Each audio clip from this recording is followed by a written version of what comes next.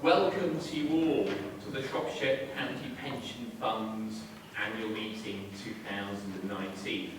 I'm Tom Biggins, I'm a Shropshire councillor and I am chair of the Pensions Committee. Before we begin, there are just a couple of items of housekeeping. We don't have a fire alarm scheduled, so if by any chance the fire alarm does go off, please head to the exits and there will be members of the pensions team around to assist in this. And also, I'd be very grateful if you could please check that you've turned off your mobile phones. This meeting has been held for 26 years, and I'm very pleased indeed to see so many scheme members and employers here today and engaging in the work of the fund. We've received some questions submitted in advance of today's meeting, and we aim to answer these during the presentations throughout the morning. As BlackRock aren't here today, we have a response from them to the questions raised, which will be covered after the presentations.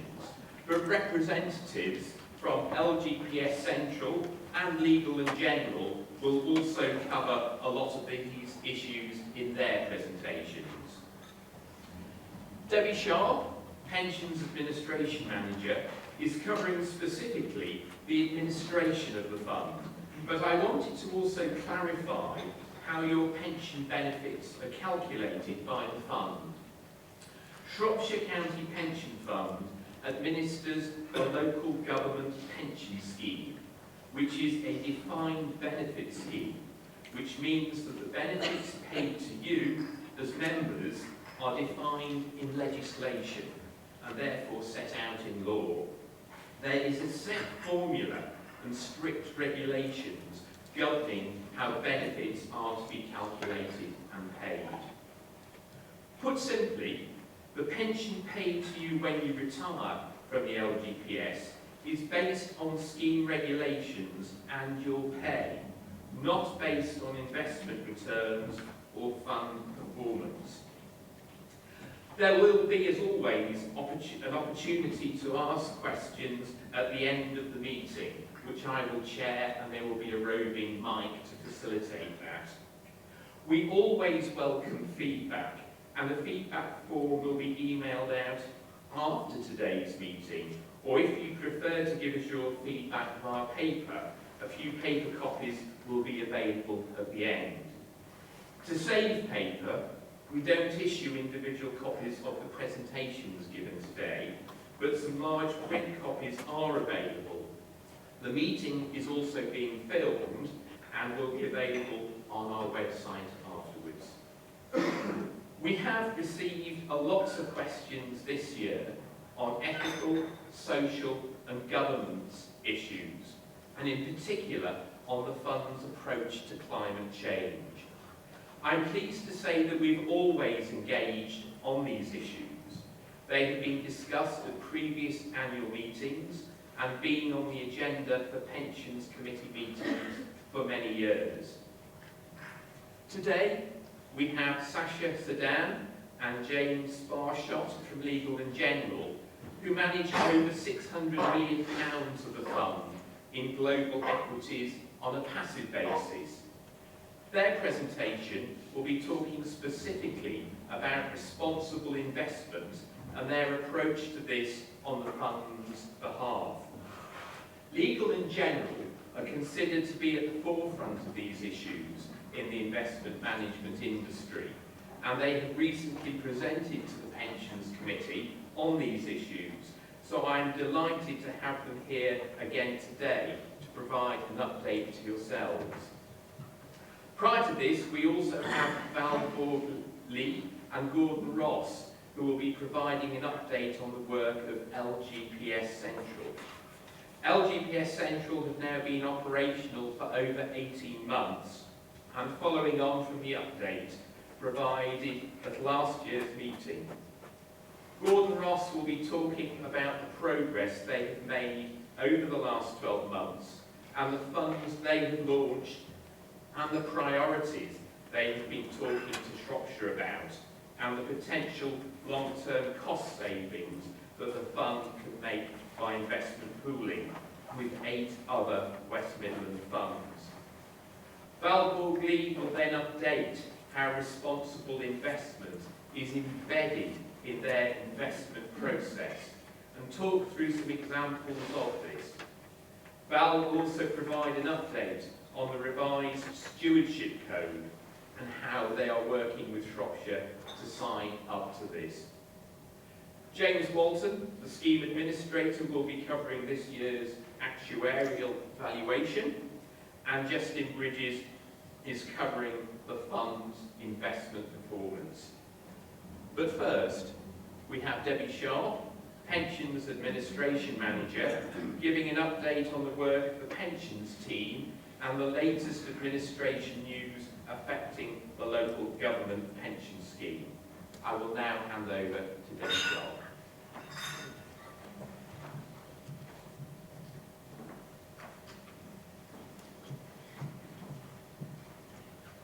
Morning everybody, thanks for Biggins. I know quite a few faces in the room but not all, so welcome and thank you for coming to join us today to learn, have your annual update really. So what's my team been going on about? Anybody who hasn't met me, Debbie Sharp. My team is around the room as well, so if you see anybody afterwards and there's any questions about your own benefits, take the opportunity to have a chat, engage with my team.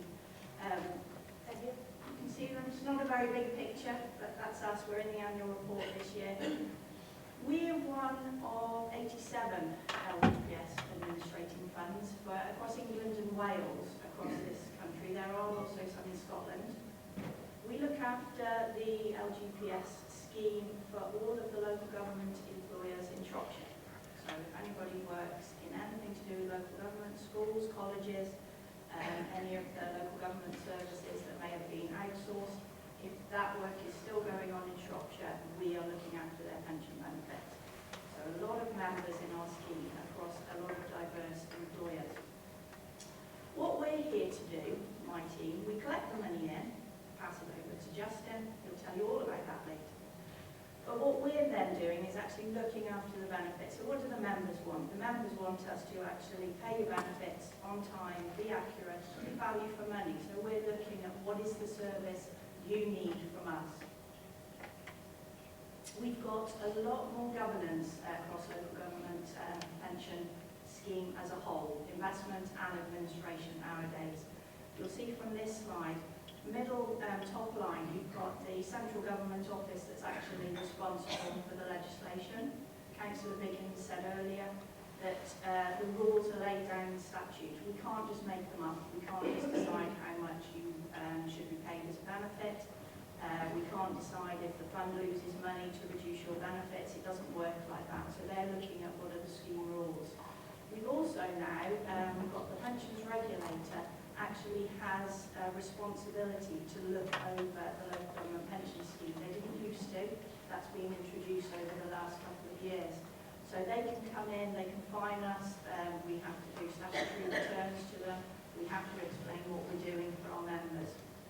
We've got a scheme advisory board as well that was set up a couple of years ago. This is a national body that feeds into the government to say what they think might need to be changed, what is working, what isn't working for the fund. So we've got different bodies feeding into the government now to say where they may or may not need to tweak with the regulations. And then you come down to the local administrator, which is us, sort of sitting down here. Shropshire Council is in law, has to look after the Shropshire Fund, so that's why it sits here. And we've now got a pensions board and a pensions committee. So we've got two bodies sitting at Shropshire Council that then oversee and ensure that Justin, I and James are all doing what we actually should be doing for you. So there's plenty of oversight. It just keeps increasing and increasing.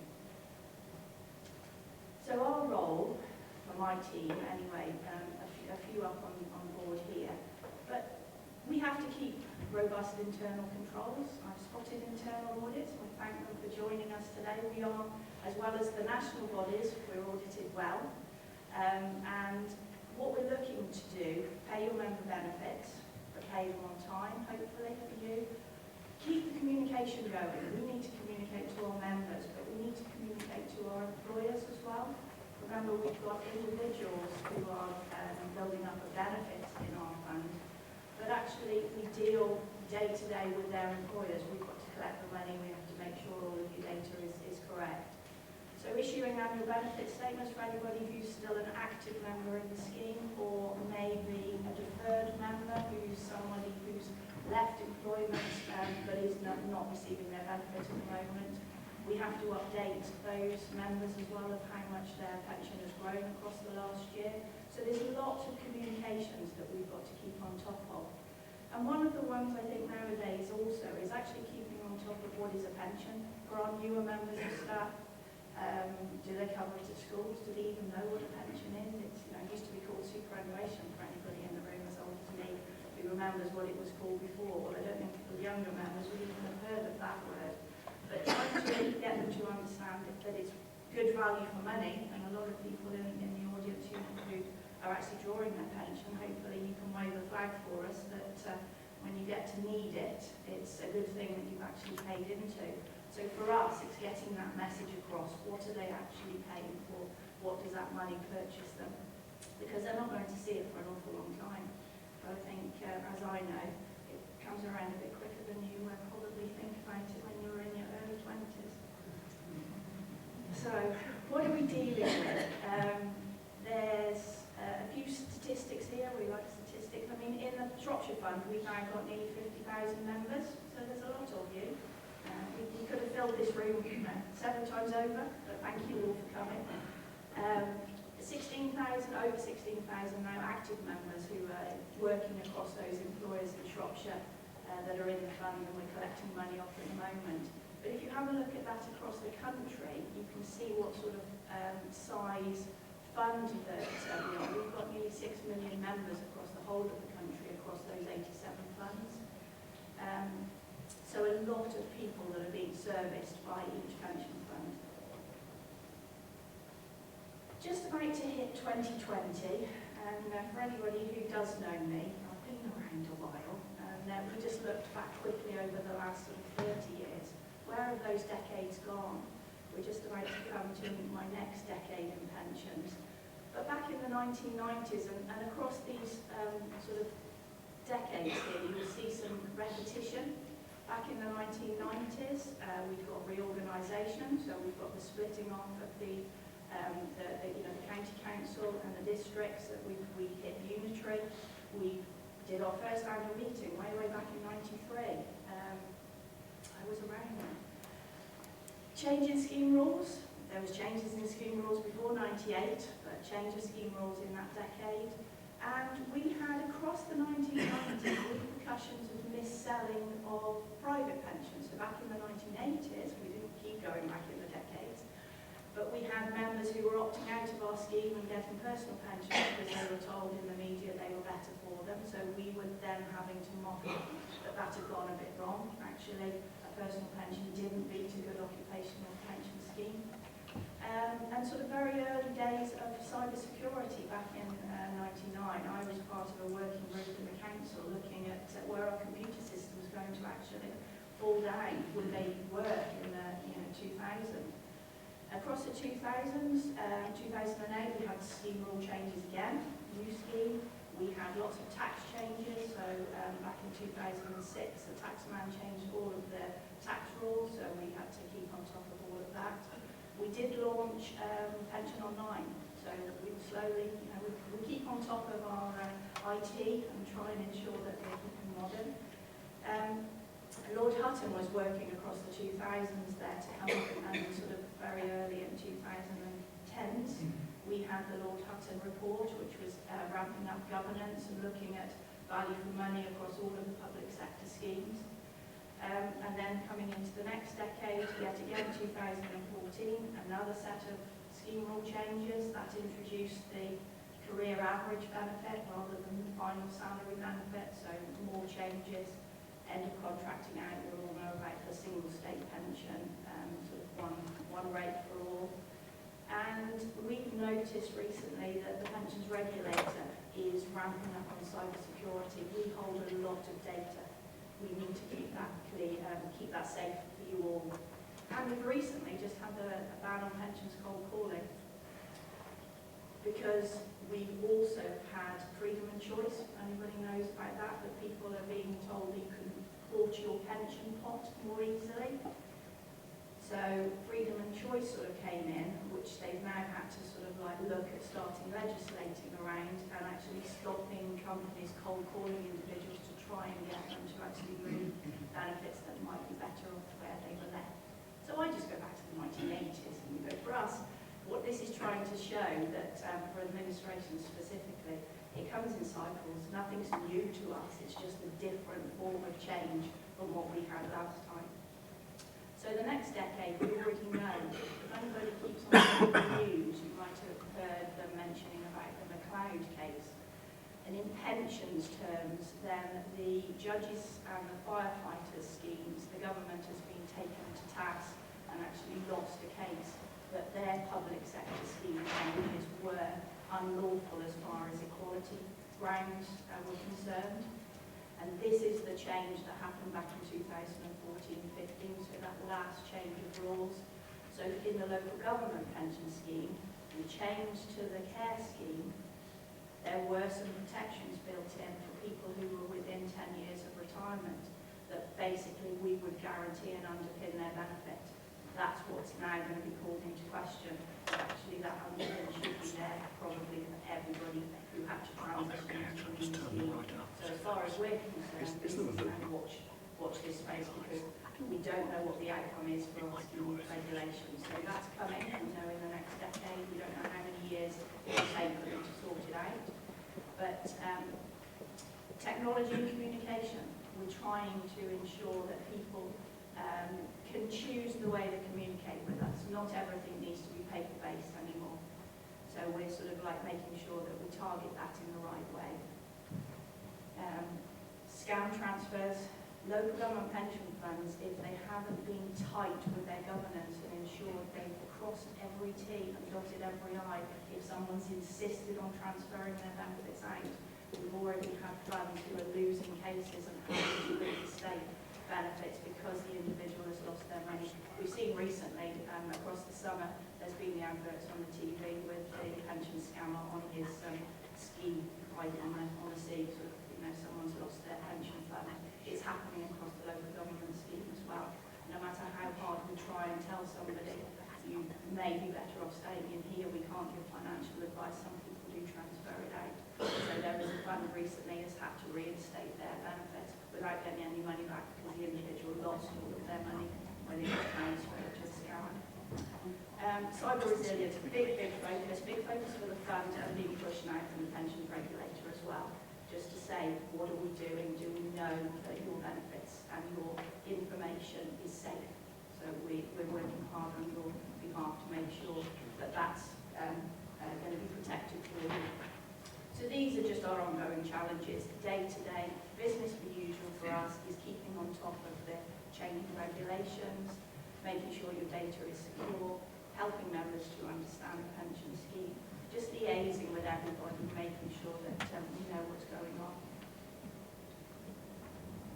The benefit package, for anybody who isn't aware, is there. It's a very good benefit package. You've got secure pension, it's payable to spouses, civil partners, cohabiting partners, children if they're eligible, should you die. So we cover a very, very large sort of membership base, really, and can be for an awful long time. Pensions nowadays are payable any time between 55 and 75, so we've got a broader age range of pensioners actually receiving a pension from us. You've got additional ill health and redundancy cover. And basically this costs an employee nowadays anything from 5.5% of their wages to 12.5%. It's being balanced out for sort of higher earners, lower earners. There's a bit more equality across how much are they actually paying. Little slide, just how does it work? It doesn't work as Councillor Biggin said. Whatever is in the fund, which is put in by the pictures, basically take three methods of money going into your fund. You've got the individual employee, you've got your employer, but you've also got Justin's team looking at the investments, so we've got investment income as well. And what we have to make sure that comes out at the end is there's enough money to pay all of the benefits. So what's coming out then pays for benefits and gets reinvested. And James will pick that up. We've recently just in the middle of our latest valuation. And currently, the little cake there is to show that if somebody's getting a salary nowadays, if we have that piece of cake, 1/49th, so that cake cut into 49 pieces, 1/49th of that goes into a pension pot. So that's changed over the years. Anybody sitting in the room been around long enough will know that's gone from 80th to 60th, some with a lump sum, some without. Now it's 1/49. So it's a good proportion of salary is purchased into your pension pot, but that has nothing to do with the money that's been paid into the pot. The pot has to make sure we have enough money to pay all of those benefits that are legislated. We've got loads of consultations still going on, lots of things being looked at across the government pension scheme for administration purposes. Outsourcing protections, that's not no different to actually basically over the last 30 years. Looking at academy treatment, of course we've got lots more schools that are independent nowadays. It's consultations across LGPS isn't going anywhere. But you can also all now look online, so this is where we're trying to keep with the modern age. Have a look at what's on our pension portal, see what you can see for yourself. If you're an active member, you can do calculations. If you're a pensioner member, you can have a look at how much we're paying you. So lots to have a look on there. Phone our team if anybody's ever struggling to get access. We can sort all of that out for you. That's me done. The whistle stop tour, but I'm around afterwards for any questions, for question time, and also after the meeting as well, should anybody want to pick anything up. And I'll now hand over to Justice.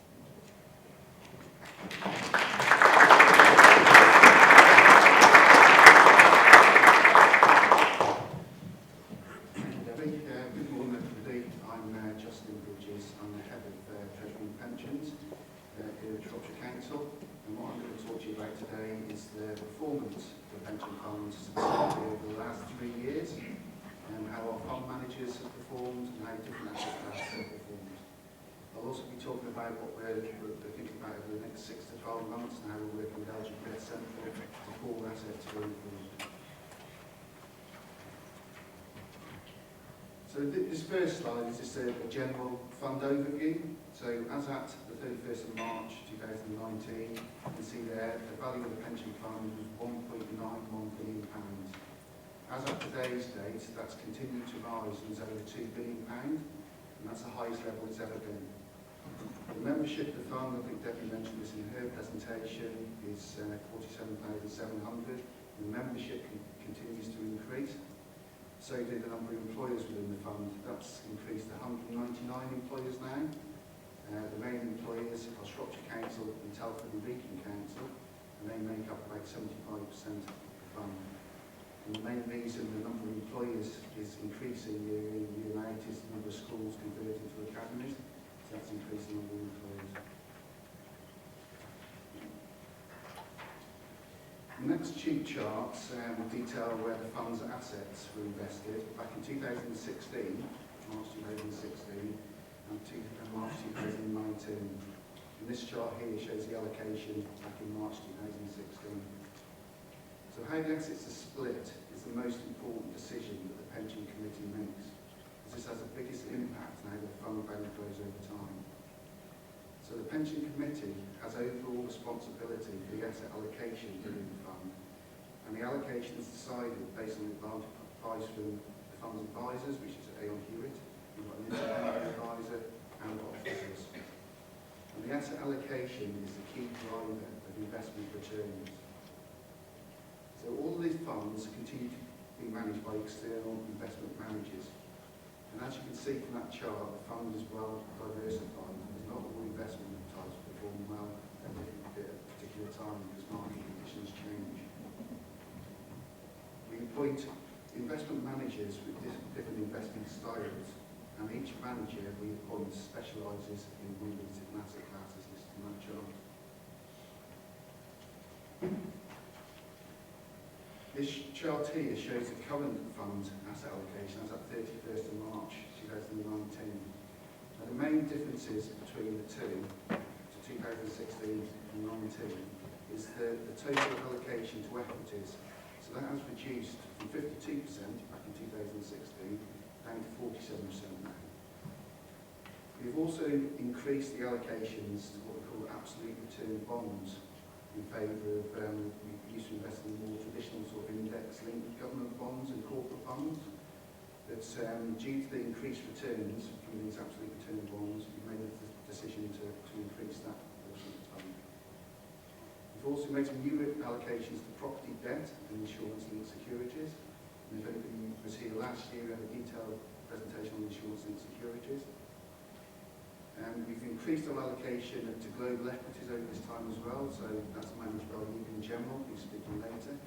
So that's moved up to £600 million now out of the 2 billion managed by Legal & General. And we've also reduced the amount in hedge funds by 2.5% over this 3-year period. And we continue to invest in private equity and infrastructure, and we continue to make commitments to these asset classes to maintain our overall strategic allocation of 5% to private equity and 3% in infrastructure. So this next chart shows the annualised returns for various different asset classes. No different to actually basically over the last 30 years. Looking at academy treatment, of course we've got lots more schools that are independent nowadays. It's consultations across LGPS isn't going anywhere. But you can also all now look online, so this is where we're trying to keep with the modern age. Have a look at what's on our pension portal, see what you can see for yourself. If you're an active member, you can do calculations. If you're a pensioner member, you can have a look at how much we're paying you. So lots to have a look on there. Phone our team if anybody's ever struggling to get access. We can sort all of that out for you. That's me done. The whistle stop tour, but I'm around afterwards for any questions, for question time, and also after the meeting as well, should anybody want to pick anything up. And I'll now hand over to Justice.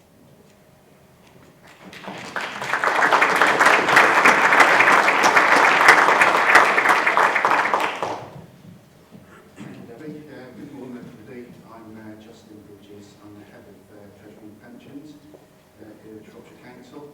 And what I'm going to talk to you about today is the performance of the pension funds over the last 3 years, and how our fund managers have performed and how different asset classes have performed. I'll also be talking about what we're thinking about over the next 6 to 12 months and how we're working with LGPS Central to pull assets going forward. So this first slide is just a general fund overview. So as at the 31st of March 2019, you can see there the value of the pension fund was £1.91 billion. As at today's date, that's continued to rise and is over £2 billion, and that's the highest level it's ever been. The membership of the fund, I think Debbie mentioned this in her presentation, is 47,700. The membership continues to increase. So did the number of employers within the fund. That's increased to 199 employers now. The main employers are Shropshire Council and Telford and Beacon Council, and they make up about 75% of the fund. And the main reason the number of employers is increasing year in, year out is the number of schools converted to academies. So that's increasing the number of employers. The next two charts will detail where the fund's assets were invested back in 2016, March 2016, and March 2019. And this chart here shows the allocation back in March 2016. So how the assets are split is the most important decision that the pension committee makes, as this has the biggest impact on how the fund value grows over time. So the pension committee has overall responsibility for the asset allocation within the fund, and the allocation is decided based on advice from the fund's advisors, which is Aon Hewitt. We've got an independent advisor and officers. And the asset allocation is the key driver of investment returns. So all of these funds continue to be managed by external investment managers. And as you can see from that chart, the fund is well diversified. There's not all investment types perform well at a particular time because market conditions change. We appoint investment managers with different investing styles, and each manager we appoint specialises in one of these different asset classes listed in that chart. This chart here shows the current fund asset allocation as at 31st of March 2019. Now the main differences between the two, to 2016 and 19, is the total allocation to equities. So that has reduced from 52% back in 2016 down to 47% now. We've also increased the allocations to what we call absolute return bonds in favour of, we used to invest in more traditional sort of index-linked government bonds and corporate bonds. But due to the increased returns from these absolute return bonds, we've made the decision to increase that portion of the fund. We've also made some new allocations to property debt and insurance-linked securities. And if anybody was here last year, we had a detailed presentation on insurance-linked securities. We've increased our allocation to global equities over this time as well, so that's managed by Legal & General, who's speaking later. So that's, we've got £600 million now out of the 2 billion managed by Legal & General. And we've also reduced the amount in hedge funds by 2.5% over this 3-year period. And we continue to invest in private equity and infrastructure, and we continue to make commitments to these asset classes to maintain our overall strategic allocation of 5% private equity and 3% in infrastructure. So this next chart shows the annualised returns for various different asset classes with LGPS Central over the last 18 months, and we continue to talk with the other 7 pension funds in the West Midlands region for pool assets. So not only the Shropshire Pension Fund is 2 billion, if that table, the combined assets of all those 8 West Midlands pension funds is £45 billion. So that is going to transition over a period of years to LGPS Central. In addition to this, we just undertaken an actuarial valuation. We are going to be reviewing our investment strategy. So we may look to reduce the amount we've got invested in equities, for instance, because that's the highest risk company within the fund. We may look to invest in different asset classes. We'll be working with our advisors in the Pensions Committee over the next probably 3 to 6 months, reviewing our overall asset allocation to make sure that's still fit for purpose in the long term. This last slide just sums everything up really. So you can see there over the last 3 years, the pension fund has increased by over £421 million. So, and over that 3-year period, it's outperformed the benchmark. And you can also see, I've explained over the 5 and 10-year period, the fund has also performed very strongly and continues to grow. We'll be reviewing our investment strategy, and we'll be working with LGPS Central, as I said, and further details about any of our managers' performance and the governance arrangements will be on the pension fund website. So each year we produce an annual report. So further details on manager performance and to do with all the investments over not just the last year but over the long term is included in there. So I'd advise you to have a look at that if you want any more detailed information about the investment. So that's me. So I'll just hand over now to James to talk you through the valuation and the investment returns as we create the company. Thank you.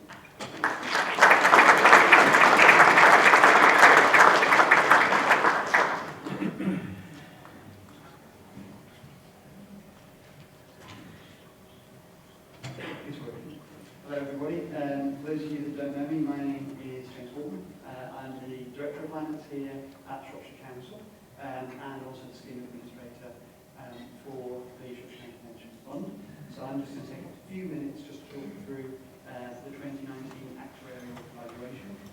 This is a huge piece of work that we undertake every 3 years, and it builds on everything that's been said so far. So David talked about the actual benefits that come out of the scheme are defined. They're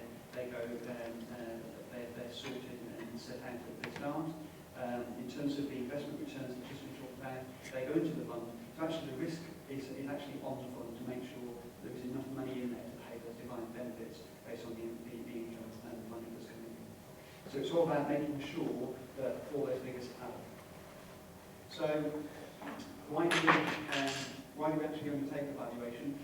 One of the reasons is that we have to. So there's a legislation in place that ensures that we undertake a valuation every 3 years. But one main reason why we do it is because we want to, we need to. Fundamentally, it's about looking back at the past, looking at the benefits that have accrued and the funding that's gone into the pension fund, but it's also looking at those future benefits that we're going forward into the future. And putting all of that together to identify whether the scheme of the fund actually balances. So the process itself is a very normal process. It starts in April 2019 in this case, and it flows through the year and is not concluded until we actually get to March 2020. So within that process, at the start, all of the employers provide their information. That information then gets sent on to our actuary. Our actuary is Mercer. They do some horrendously complicated calculations then with what assumptions have been made, which I'll talk about in a moment, and work through over a period of time with all of that data. And what they come to at the end is a position in terms of whether the fund is balanced or not balanced at that point in time. So it looks at the overall fund, but then within that fund, as Debbie talked about before, there's a lot of individual employees. So the impact on an individual employer will vary. So we look at the overall scheme, and then we look at the impact on the individual employers. And those individual employers then will need to adjust their contributions based on the value of the scheme in their particular area. So when we got that information back, we had an employers meeting a couple of weeks ago, and we told all the employers what their position was for them. And what we then do is we look at their contribution rates, we get those agreed, and then finally when we get to March 2020, all that will be certified, and then the contributions will continue then from the 1st of April 2020. That will then run for a 3-year period. By the time we get to April 2022, we'll be starting the next valuation. So this is a really important slide, and this tries to sum up in a graphical form basically what I've been trying to say so far. So on the left-hand side, you've got a sort of block chart there, and in the blue, you've got the liabilities. So this is what the actuary believes is the total cost of those liabilities that are built up in the scheme. So this is the payment out of all of those benefits that are accruing. On the left-hand side of that block chart, you've then got the assets. This is in the green block. So this is basically the money that's coming into the scheme. This is employees' contributions, employers' contributions, and also all of the investment returns that just been about. Now, ideally, you want the assets and the liabilities to be equal. And if they're equal, you'd say the fund was 100% fund. As it is, often, the assets don't meet the liabilities based on the calculation going into the future, and so you have a deficit. And what you then have to do is put a deficit recovery plan in place to bring the income in, the assets in, to enable them to balance off those liabilities. That means you have a deficit recovery plan. That can take place over a number of years. Usually it starts out at about 20-25 years. And this is basically about the employers putting more money into the fund to deal with that deficit. On the right-hand side, you've got the future service benefits. So these are the benefits that are accruing and then will grow into the future. So again, in terms of the employers' contributions, the employers need to make sure that all of those future contributions that are building up for all of the active members, for example, that enough funding is there in the future to ensure those costs are being covered. And what you're not doing is creating a new deficit based on that future contribution. So this is just a chart showing how the cash flow works within the pension fund. So you've got 3 different colours there covering pensioners, deferred members and active members. And what you can see is the chart goes from today, from the current date, and that actually shows it 100 years into the future. So we're right over there on the right-hand side. Parliament are apparently going to sort out Brexit. So in that, over that 100-year period, what it's showing is that basically the costs are going to grow as time goes on because people start to access their pensions. And then over time, assuming this was a standstill, the more people joining the pension fund effectively, what happens is, through natural causes, those pension costs then fall away. The point of that graph is to say that this is based on assumptions made by the actuary, and obviously inflation, if that is high, what we expect to see is that graph would actually grow because of the impact of inflation, and then if it was low, inflation would fall.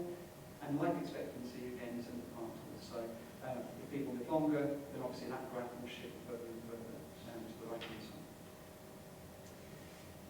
So when all the calculations are done, you end up with these valuations. Those valuations are undertaken every 3 years. So what this chart is showing is the valuations in 2013 and then again in 2016, and I'll come on to the 2019 valuation in a moment.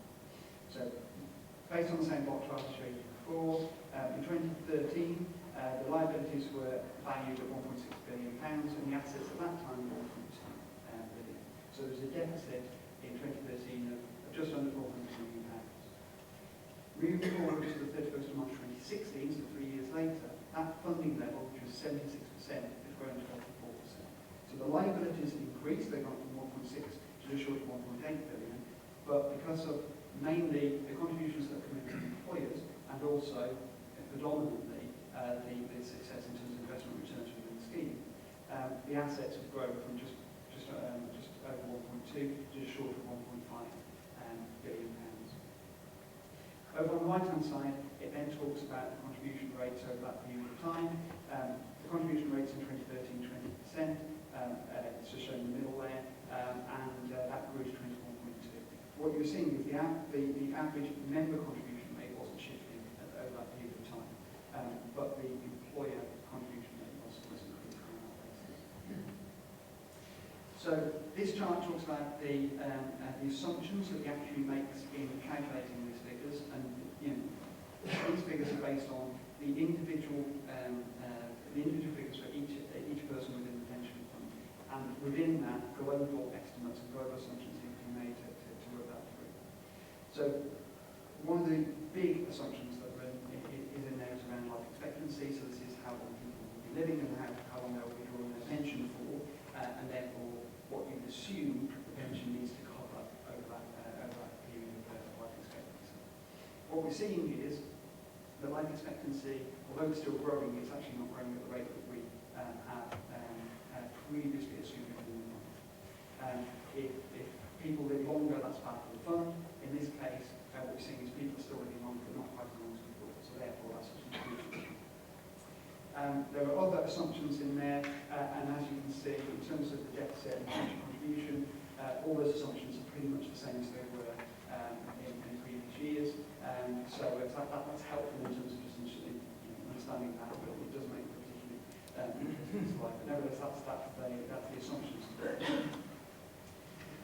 So we move on to the 2019 valuation and where we actually got to. So 2016, I talked about those assets just being short of 1.5 billion, and as Justin pointed out earlier on in his slides, the growth in the investments has been very successful, and now the fund stands at just over 1.9 billion. Actually, it's over 2 billion as of today.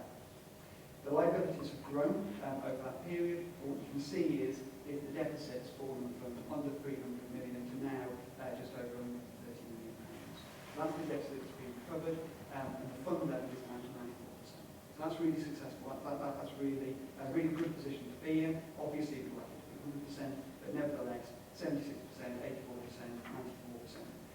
We're moving in absolutely the right direction, ensuring that the fund has the resources necessary. The future service rate has grown on the back of the calculations of the individual members and what their requirements are to ensure they're going to build up a deficit in the future. That's grown from 15% to 16.6%. The deficit recovery period goes down by 3 years, as you would expect. There's an option to extend that out, but it's slightly more. What you want to do is every year go by, you pay that off, a deficit recovery is being paid off, so you expect that to go down by 3 years each time. The discount rates, which I mentioned there, just alluded to those before, these are the rates that are built in around future performance in terms of investment in the scheme. So these are over and above inflation factors, etc. So it's about making sure that we produce the investment returns that will enable us to hit those assumptions. What we can't do is overestimate those. That will reduce the deficit. If you overestimate it, you don't hit it, then you just actually saw it. And there are other various assumptions. So finally, for me, and then I'll hand over, this is just some of the things that we're looking for in the future in terms of the known unknowns, the things that we know are coming. So Debbie mentioned about McLeod. So let's flick back to the previous slide. Over on the right-hand side, the impact of McLeod is shown there. So what that does is we expect that to have a material impact on the fund, and would actually add another £14 million to the deficit because of the financial impact of McLeod, and we increase those contributions. However, it's still being talked and still going through, so we know that it's going to happen, but those are only very rough estimates at the moment, and we have to wait until the final figures come through, which may not be for another year or two. Another element in terms of what we don't know in the future is around valuations. We do 3-year valuations. I've mentioned a lot of other parts of the public sector, there are 4-year valuations, and if all those are brought into line, then we'll be looking to change that. But I'm imagining that would probably be from the mid-2020s onwards. There's also work that's being done around government and looking at the affordability for the different employers, and as on the right-hand side, the impact on individual employers will vary. So although the scheme, we talked about the scheme being 94% funded from an individual employer basis, that could be higher or lower. Some schemes will be in service, others will have a bigger deficit. And it's all about making sure we manage that, making sure those employers understand the position. So overall, the message is that we undertake this valuation to make sure that we have enough money in the pot in the future to ensure that the defined benefits that need to be paid will be paid. We pick up all of those investment returns. We look at the two items to see whether and ensure that they balance out. And overall, the 94% fund, which is a really good decision, is moving in the right direction. And hopefully, that means it's good news for the future. That's all I want to say. I'm now going to hand over to Gordon and Val. It will pick up on their elements. Thank you.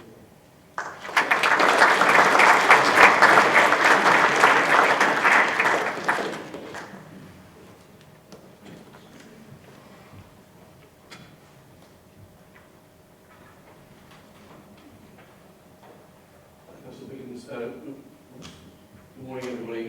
My name is Gordon Ross. I am the Deputy Chief Investment Officer at LGP Central Limited.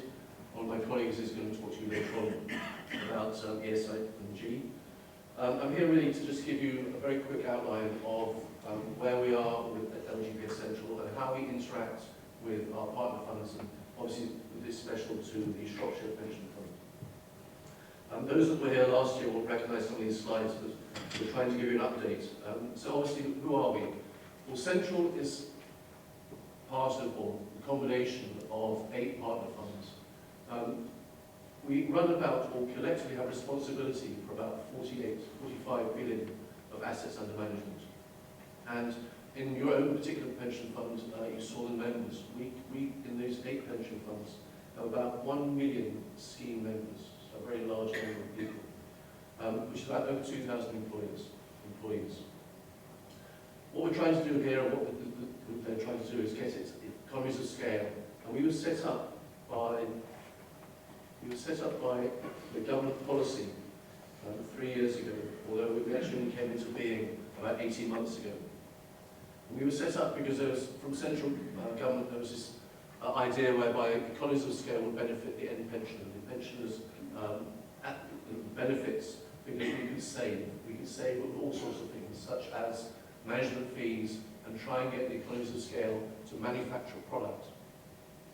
What we're trying to do here is to deliver, over 16 years since inception, which is now 15 years, nearly £250 million worth of savings to these pension funds.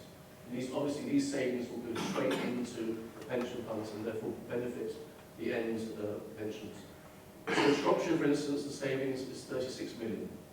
Like I said, these go straight into the pension fund. I represent a team of 60 people back in Wolverhampton, where I'm based. We represent various areas of the investment management world. What we're trying to do here is create a dedicated and very cost-effective in-house and pension, I suppose, sourcing, as far as abilities go, sourcing options for the shareholders. Part of the pension fund set up, and the regulators and the central office, when they created us, it was all to do with robust governance. So we're regulated. You heard earlier on that David referred to the governance from her perspective. We have the FCA. They regulate us. Everything we do has to have their permission. Every fund we create has to be approved by them. All the people that work for LGPS Central has to be approved members. So we have compliance and regulatory both at our own company level, but overseen by the FCA.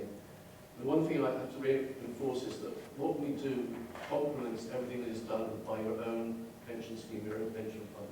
We do not do asset allocation.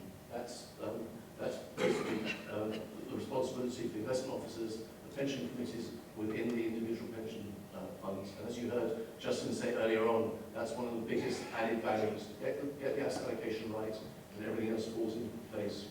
What we're trying to do is give you options, once that allocation has been done, to invest in certain funds or create certain ACSs, which is a structure of a fund, to benefit whoever allocates to these funds.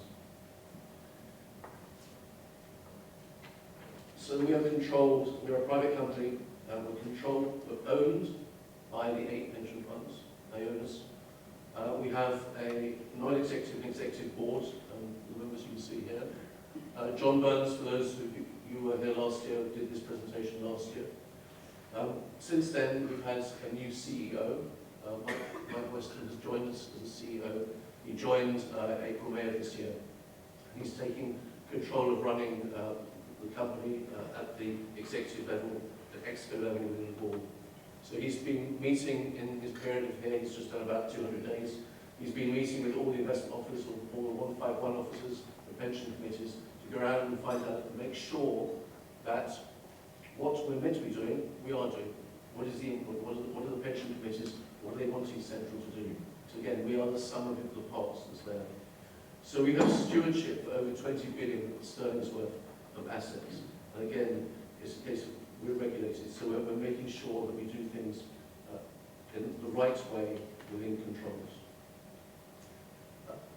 I make no apologies for the fact that most of you can't read this. This is really just to show you from a continuation, it will get easier, I promise. From a continuation, this is what we've done. These are the salient points since we were created. So last year you saw a similar schematic. And it put us, so we created, we got approval, we started to have process, committees, governance, internal governance, regulatory governance. We have our policies, we have our processes. So what have we done since somebody represents us last year? This is slightly easier to read, I trust. So since last year, we have announced, formed and created 2 or 3 funds. The Global Active Equity Fund, which the Shropshire Investment Committee have invested in, 250 million. We created that in November last year, just around this time last year. And once we created the fund, it's not simply a case of just money goes into it. We then have to get approval, as I said. We have to choose the managers, the external managers who run this fund.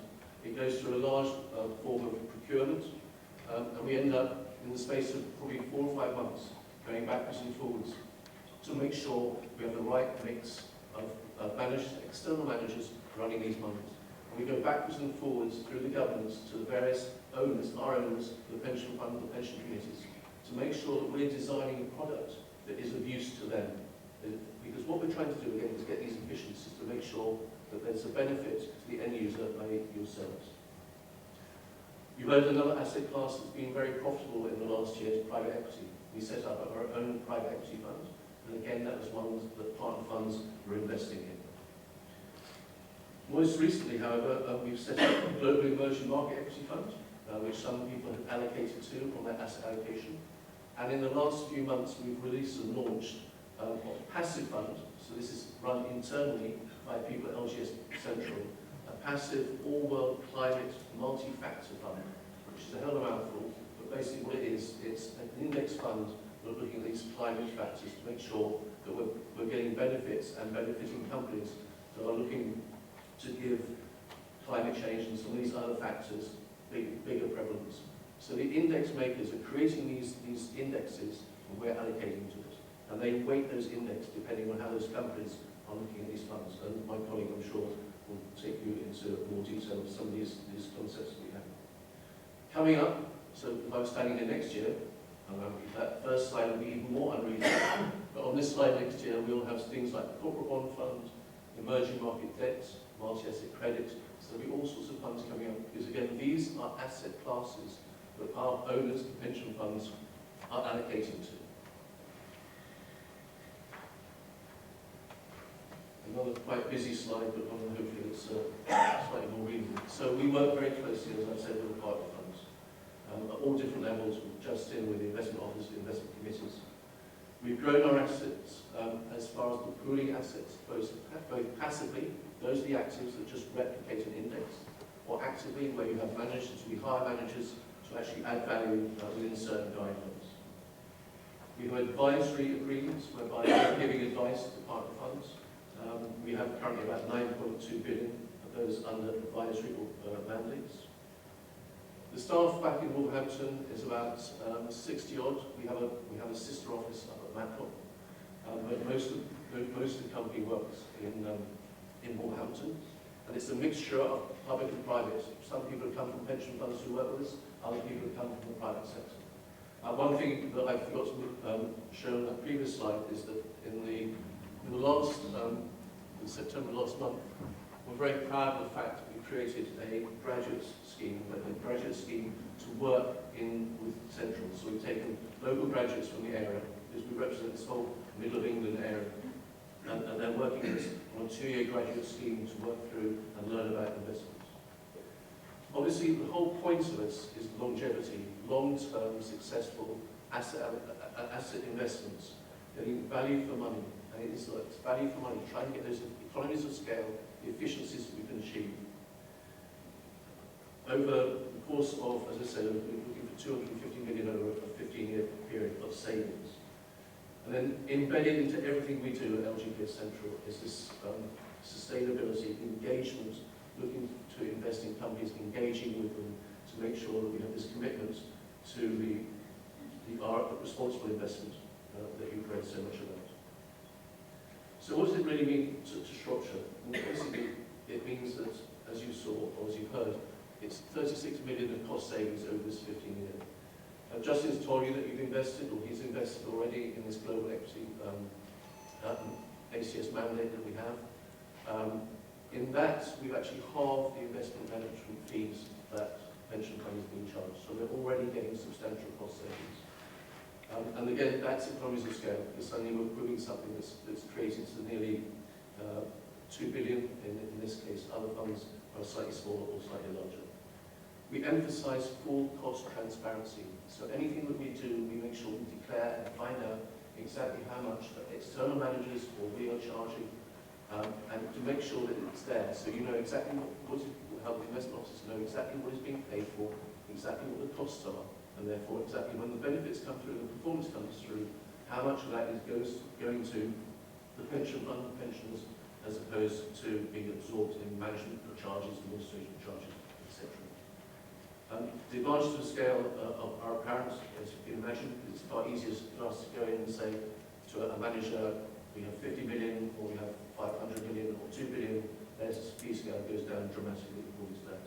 And we have bigger buying power. We have that ability to negotiate everything.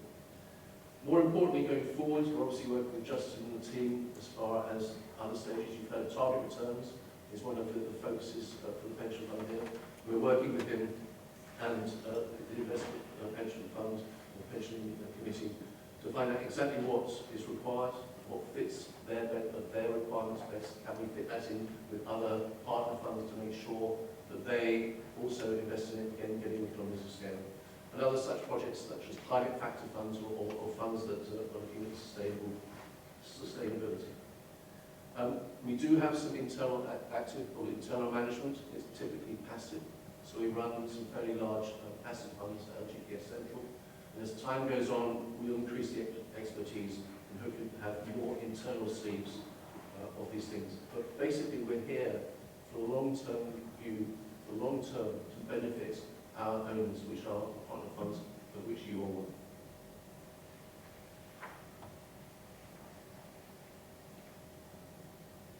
So this is the last slide, which is basically showing you that the funds that we've set up. 2019 was a busy year. We have 4 funds that have been set up already. These include the active equities, which I referred to, emerging markets, and this new reward factor fund. As you can see, if you can read it, hopefully on the far right-hand side, the funds this year have been over 5 billion of assets. The Global Corporate Bond Fund is about to be launched. That will be launched in January, and this should be again more than 1 billion of assets. But the bottom line is, as I said, partner funds, your pension fund owns us. We're here to create something that gives you the economies of scale to make sure that more money ends up at the end pensions level, whereby we complement the overall outperformance that you heard Justin was talking about. I think with that, I will hand over to my colleague to talk about sustainability.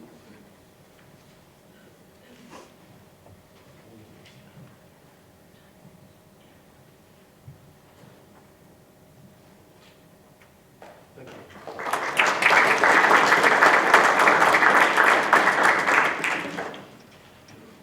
I can just about say good morning to you all. Good to be here. I'm a Norwegian who now is permanently settled in Matlock in Derbyshire, and I joined LGPS Central this summer. And as Gordon mentioned, most of the LGPS staff works from Wolverhampton, but we have a small office in Matlock, and that's where I normally go. I would like to start by saying that responsible investment is the modern way of managing assets. And I think it has grown and developed over the last 15, 20 years. I previously worked for the Norwegian Sovereign Wealth Fund over nearly a decade. I've also worked as a consultant advising asset owners and asset managers on this. I think responsible investment as we understand it today has become best practice asset management, and a lot of the peers that we interact with are seeing it that way. And our partner funds have been using this approach actually for decades, I think is fair to say. So we're building on a strong legacy and are proud to do that. So just starting with the high level of what our objectives are with responsible investment and engagement. So we are, all our pursuits in engaging companies, voting at AGMs, etc., it's all about securing value, making sure that we look after the assets and steward them in the best way possible. So we are, through that, supporting the investment objectives. And then we also want to be an exemplar in responsible investment. That means we want to take part in debates, we want to make sure that the bar is raised both for corporate behaviour and investor behaviour. I'm going to touch on the UK Stewardship Code a little bit later, which is about good investor practice. And I think the term ESG has been used, and ESG has become, I guess, a label for a whole host of issues, including climate change. So the E stands for environment, S for social, G for governance. And I think that is sort of now become a key part of what we call responsible investment.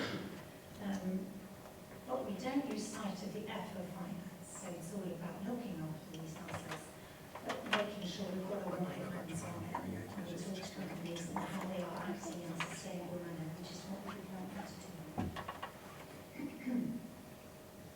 So again, the framework that we base ourselves on. So we've got, this is a very high level depiction.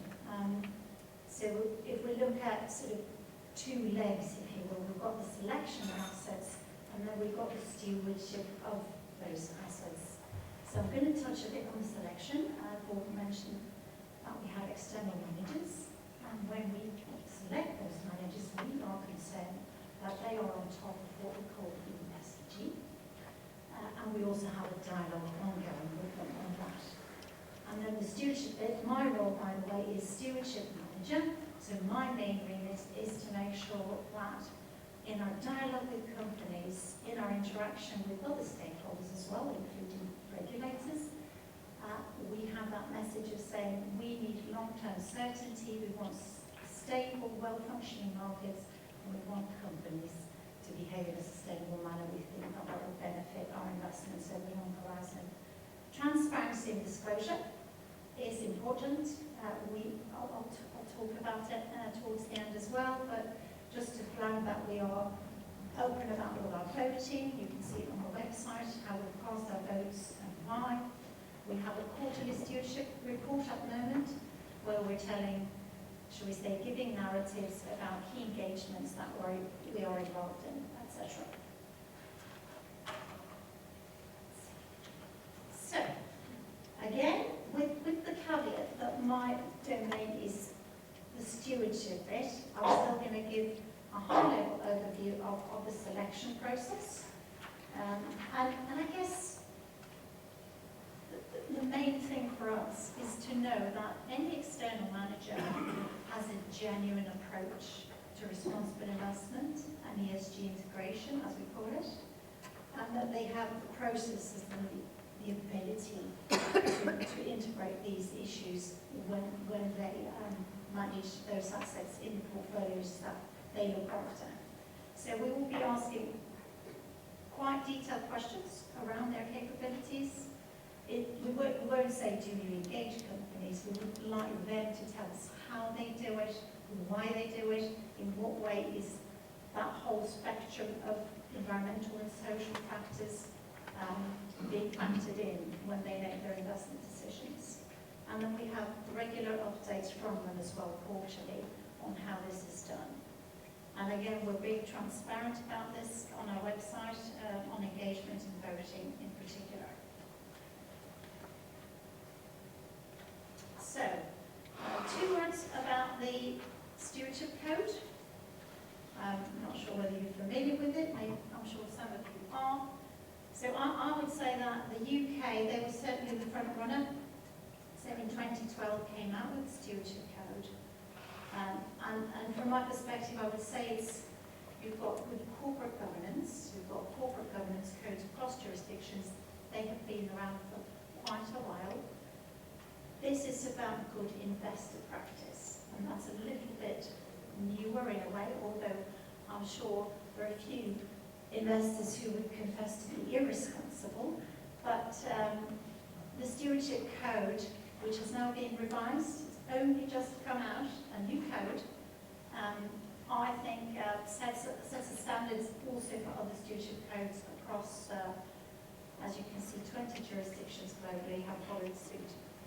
So yes, there's more onus on investors to show that they are looking after assets, engaging companies, and this new code is specifically talking about environmental and social outcomes as a part of your responsibility when you're looking after assets. It's also differentiating, which was not the case before, between the different roles in the investment chain. So certain responsibilities at asset owner level, asset manager level, and other stewardship providers. It will cover all asset classes. I guess responsible investment has, at least historically, been more focused on the listed equities. But this is saying clearly, the new code, that is going to cover all asset classes. That's the expectation. And also that they want to highlight best practice as they go along, and this is not going to be just a tick box. You have to show that you've got activities and that there are outcomes from this. How are we doing for time? You're all very patient. So, a bit about engagement. It is a core element of our responsible investment efforts, and we engage at company level, we engage through industry participation, where we talk to not just one company but maybe a whole sector, and then we also engage at policy level, because we see that, for instance, a big theme like climate change, and I know a lot of you are concerned about it, and so are we. We do need more clarity from the regulator. And just as an example, we have very recently signed up to a letter which is, if you can see that logo, IIGCC, so that's Institutional Investor Group on Climate Change, which was set up a couple of years back. And we signed up to a letter which went to EU leaders ahead of the European Council meeting in October, where we specifically asked them to take action through a net zero emissions target by 2050. And our view is that it is in our long-term interest to have that sort of certainty. PRI is another one, a critical and very good investor collaborative platform. PRI stands for Principles for Responsible Investment. They have set up 6 principles that have survived for 13 years unrevised, and I think they have, Sasha, do you know how many trillion are in support of PRI at the moment? It's huge. It's over 2,000 people or asset owners and managers are there, and 30 trillion. Yeah. Huge. So that has grown vastly, and again, you know, in our role of choosing asset managers, we definitely, it wouldn't be sufficient to say we are a member of the PRI. We want to look under the hood and see that they own it and they do it properly. And we've got a couple of company logos up there, and I'm going to talk about a few specific engagements that we have, that we are active in. But first, before that, climate change is definitely a big theme. We see it as an investment issue. Alongside that, we have, with our partner funds, selected a couple of key themes that we will give particular attention and that will help us prioritise engagements. So we've got single-use plastics, which we see also as a big investment risk. We need plastic pollution to go down. Fair tax payment and tax transparency is another one. And then the little toddler with the screen. Tech and disruptive industries risks, which covers quite a broad range of issues, including social media content control, screen addiction, but also, for instance, labour issues in the supply chain for some of these huge tech companies. Right. So, just to give a couple of examples of companies that we are engaging. On climate change, we are very mindful that we're not just talking to the oil and gas sector. Yes, they are the supply side, but we also need to talk to the demand side. And if my statistics are right, I believe that the demand side, and then we're talking the cars we drive, auto industry, aviation, production of paper, cement, aluminium, and all the utilities. I believe that the bulk of emissions come from the demand side. So if we were only talking to oil and gas, we wouldn't be doing our job properly. So we're definitely trying to broaden it and talk to across sectors with the same expectations. So Shell, we are engaging them, have engaged them over some time. We are a part of a collaborative initiative called Climate Action 100+, which is specifically targeting the 161 largest, heaviest emitters across sectors. And our message there is we want them to have robust governance on climate risk. We want them to disclose how they're dealing with it in line with something called TCFD. There are so many acronyms, but that's got to do with climate-related financial disclosure. And we want them to have business models that are aligned with Paris goals. So Shell, we see them as a leader within the oil and gas sector. They still have a way to go, but they have made some good commitments, as you can see on the left-hand side of the screen there. Set carbon intensity targets for the next 3 to 5 years. They're also linking those ambitions to how they remunerate their executives. So there's a direct incentive there, which we think is quite crucial in making it actually happen. That third point covers an area that we give quite a lot of attention in company dialogue, which is, okay, so you have your goals, but you are a member of an industry association that is advocating something completely different. If that doesn't tally up, we would like them to tell us whether they are advocating for change within that industry association, or if not, we would like them to leave. And we have supported several shareholder resolutions where we're firstly asking companies to tell us where they are in this, and then to explain whether there's alignment or not. And Shell, as a result of this, they have ceased their membership to something called the American Fuel and Petrochemical Manufacturers. I am mindful of time here, but let me just quickly, this on the right-hand side, Vale, a mining company in Brazil, Brazilian mining company, they've got operations in other countries as well. This is a bit broader than climate change. This has got to do with health and safety and general environmental management, looking after the environment in and around the mines. There was a horrible accident in January 2019 when one of Vale's tailings dams broke, and there were more than 200 people died, and a lot of waste into the environment. So Elsbia Central very early on went into, following that, into an initiative that's called Mining and Tailings Safety Initiative, where we're talking not just to Vale, but to 655 mining companies across the globe, because in our view, again, we, through, for instance, one of our passive strategies, we hold more than 3,000 companies, we're interested in better standards across sectors. So we're in the process of talking to those 655 companies to see that they can get better, yes, health and safety and environmental management for their mines. Right, Elsbia Central is looking, we're just about to set up a climate risk monitoring service for our partner funds. And it's about understanding the risk that you own, if you will, and then looking at ways of addressing it, whether that would be policy development, asset allocation review, engagement priorities, etc. And then also under different climate scenarios, how do the portfolios fare, if you will. And we've got external providers to help us with this.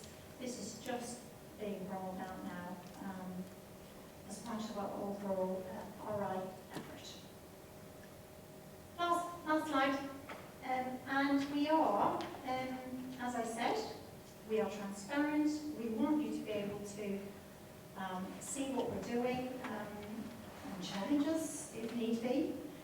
And the latest quarterly stewardship report, I did print one, but without colours. It's got I think that's Peak District, but we're going to make sure it alternates across the funds, where you can read quite a lot about what we do, some of what I've covered there, yes, and it is important for us, both, like I said, we want to contribute to better standards also at investor level, and this is one way of doing it. Thank you very much.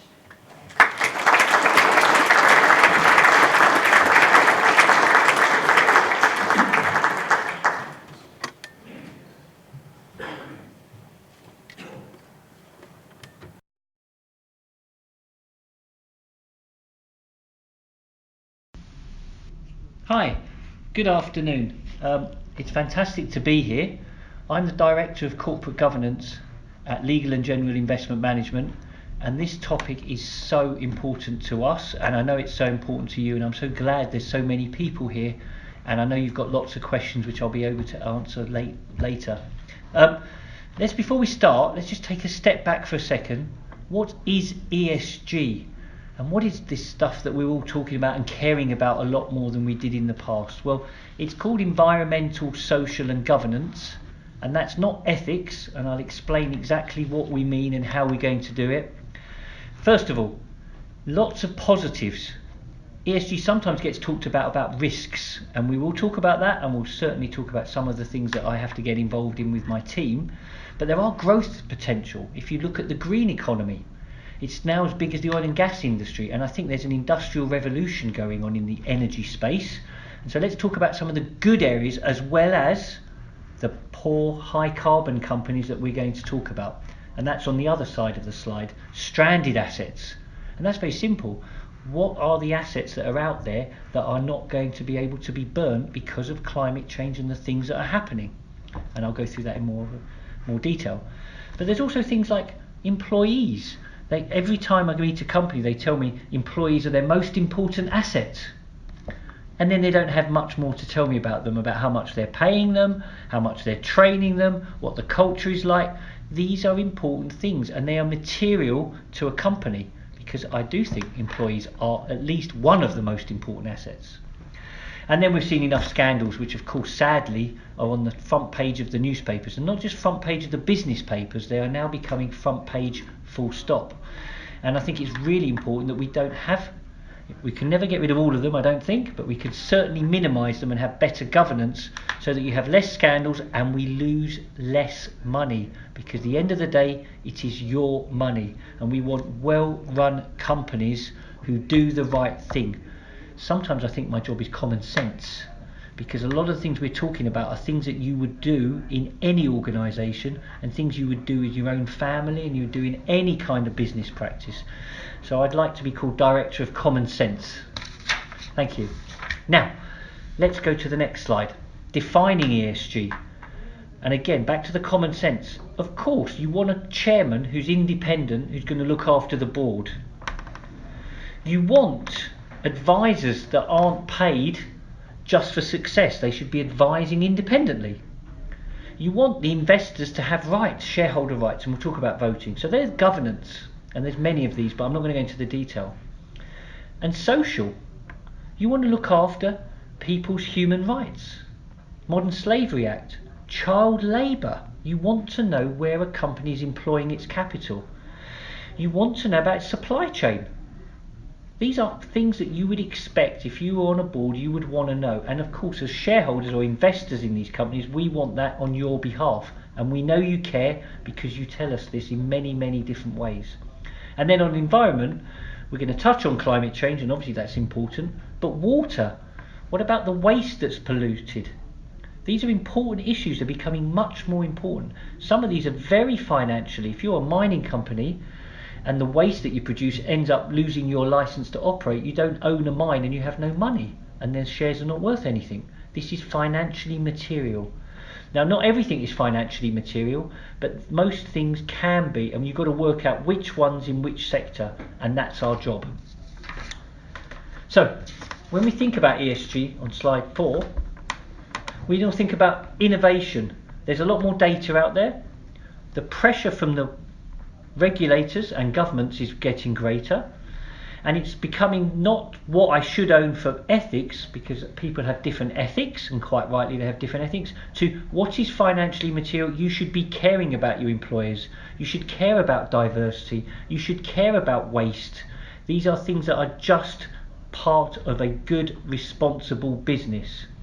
And then you're looking at ways of looking after your members and then reporting back to it. So I think these things are becoming much more linked. Now, these are easy things to talk about.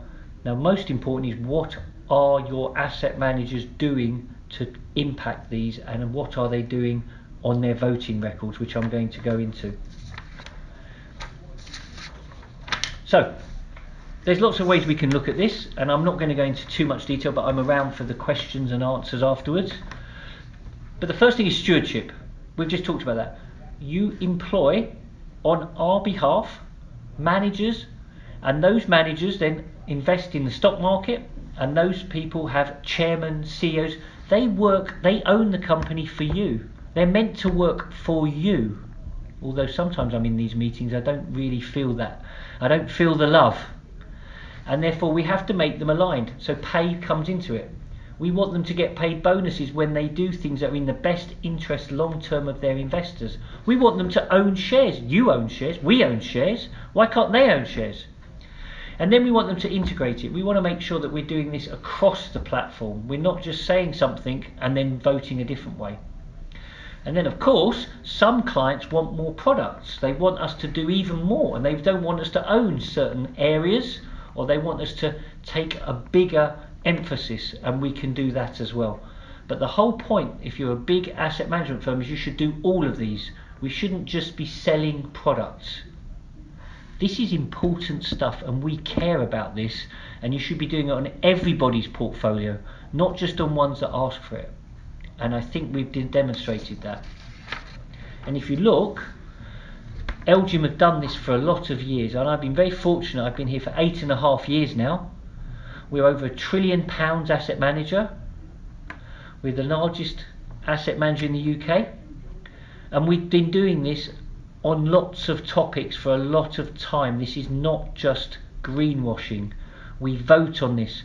We walk the walk. My own board walks the walk. We win awards in different areas. We're independently judged, and I have non-exec directors make sure that we're doing this on behalf of our clients. Clients first is absolute priority. And when we're not happy, we shout, we vote, and we take it seriously, and we collaborate with others to get change. We remove many chairmen if we have to, and we will vote against companies very often, and we will tell you what we're doing, because it's just as important that we tell you what we're doing. And so if you look at the next slide, there is a scale. You have a carrot and stick. The first thing we do, we meet many companies, and we meet many regulators. We have hundreds of meetings with companies, my team. And most of those meetings now are outside the UK, because most of your assets are outside the UK. We can't do this alone. Absolutely, we work very closely with colleagues on the panel here and many others, and we work closely to say, if we can't do it, we care about these issues, let's join together and make this big. And on climate change, we're going to talk about, we collaborate very highly. We're just very fortunate that we have such scale that we are allowed to be at the top table many times, and our views get across. We're in a privileged position, and we make sure that those views are put very strongly, because in the end of the day, it's people's money and people's pensions. We vote against. We've got lots of statistics, and I'm not going to go into this too much here, but last year in every company on the globe, we voted against at least one resolution at 73% of companies. That's a lot of power, and we use it, and we do not abstain. We vote for or against. We do not sit on the fence.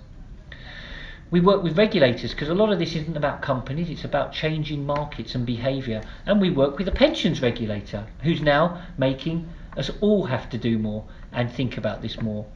And when we still don't get anywhere, the final thing, we will go public. We've gone public with many companies, including Unilever in the past. We've gone public on Exxon, the biggest oil and gas company quoted in the world, and said they're not doing enough on climate change. So we really do use our voice as well. Now, shareholder resolution at an AGM, so let's use an example. We were turning up at a resolution at Occidental, one of the biggest oil and gas companies, and they said, we want you to disclose what you are doing about climate change, how you're linking it to Paris and all of these things. You don't need the details. We support 95% of those resolutions. It's not that hard. The top 5 asset managers on the planet supported about 23%. We're still not there yet. People talk very well. They have some beautiful, beautiful brochures. They will also have funds. Many funds that sell climate. But what are they doing on their main assets that can make the companies not panic, sometimes they panic, but change? We need more managers to do that. And some other examples. These are all independent research, nothing to do with us. It's all on the website from other people. It's political influence. You talked about lobbying. Absolutely, lobbying. One of the things that we look at, I get to meet some of the best companies in the world, so there are some fantastic companies out there, and I get to meet them all the time. But there are companies that come in and say, we care. And then I say, well, I've just used Influence Map, one of the really good people that can analyse political lobbying, and you spent $14 million saying that climate change doesn't exist. I don't believe you that you care. I don't care that in your annual report that you say that to you, your shareholders. You are not delivering on what you say you're doing. We will vote against them and we will publicly name them. And we need others to do that. So we did go further than just vote on resolutions and create shareholder resolutions. We created our own pledge. A lot of work, all done by ourselves. And we've ranked the 84 largest companies in the sectors that matter, including food, because I know deforestation and food is absolutely just as vital as oil and gas, and automakers. And banks. Banks are funding coal-fired power stations. Although HSBC, Standard Chartered, Commonwealth Bank of Australia have stopped doing that thanks to the influence of investors such as us. But we've got more to do.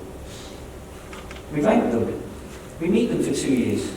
We know these companies. We're their largest shareholders. These are global. And we look at things like what they actually do rather than what they say.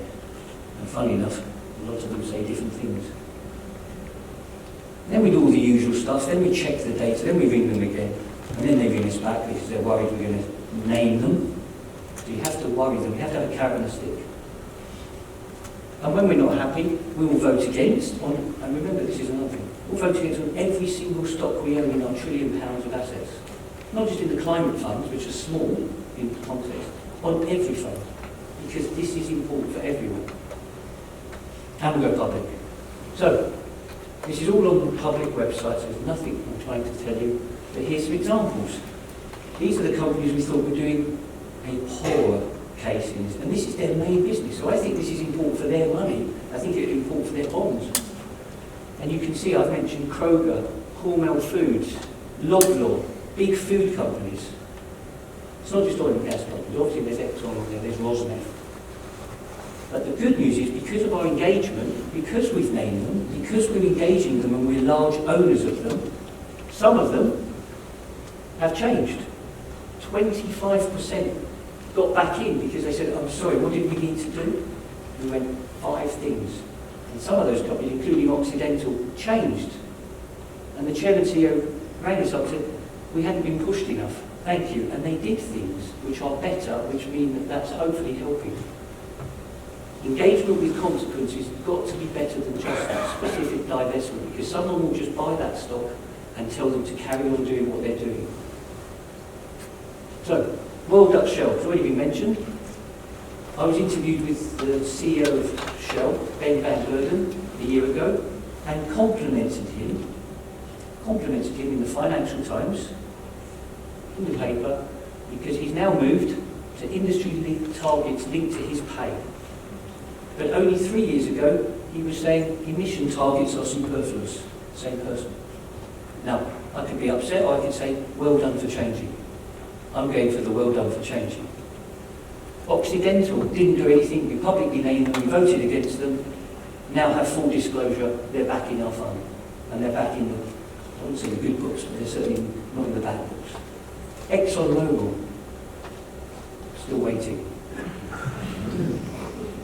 I'm still waiting. Had another meeting with them. Another meeting. And others have had other meetings.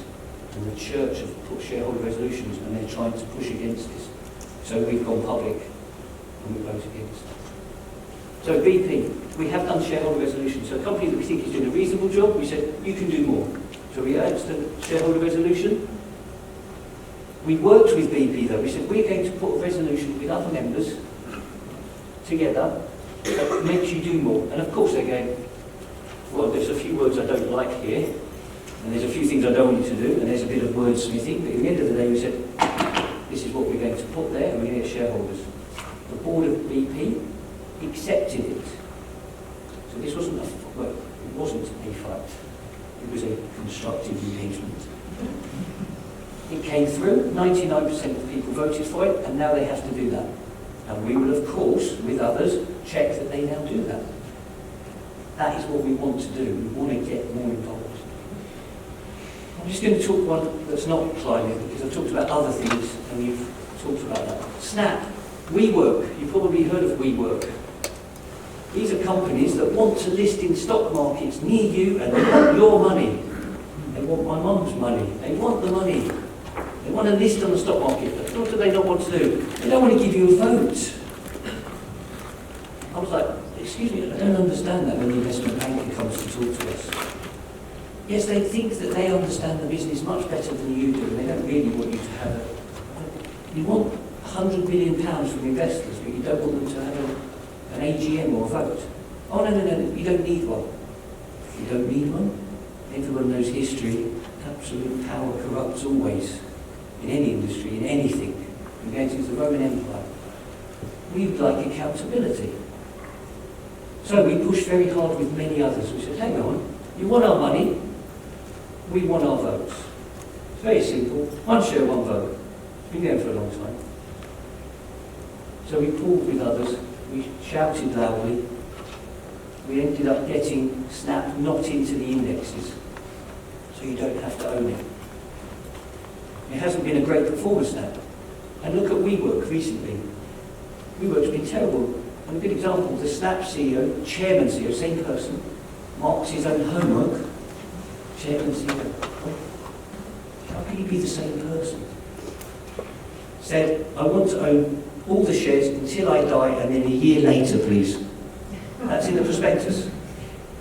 In the prospectus that they sold to us a year and then a year later, and then someone else can decide who owns those shares. No, we're not having it. So we've been doing this for a long time. We love the fact that people are getting much more engaged in this area. Don't get me wrong, I'm not underestimating the scale of the problem that we have, and we need more. You see that we need other asset owners and asset managers to keep going and to be pushed more. We do need innovative solutions, and we'll have a debate and questions in a minute. But we have been writing reports.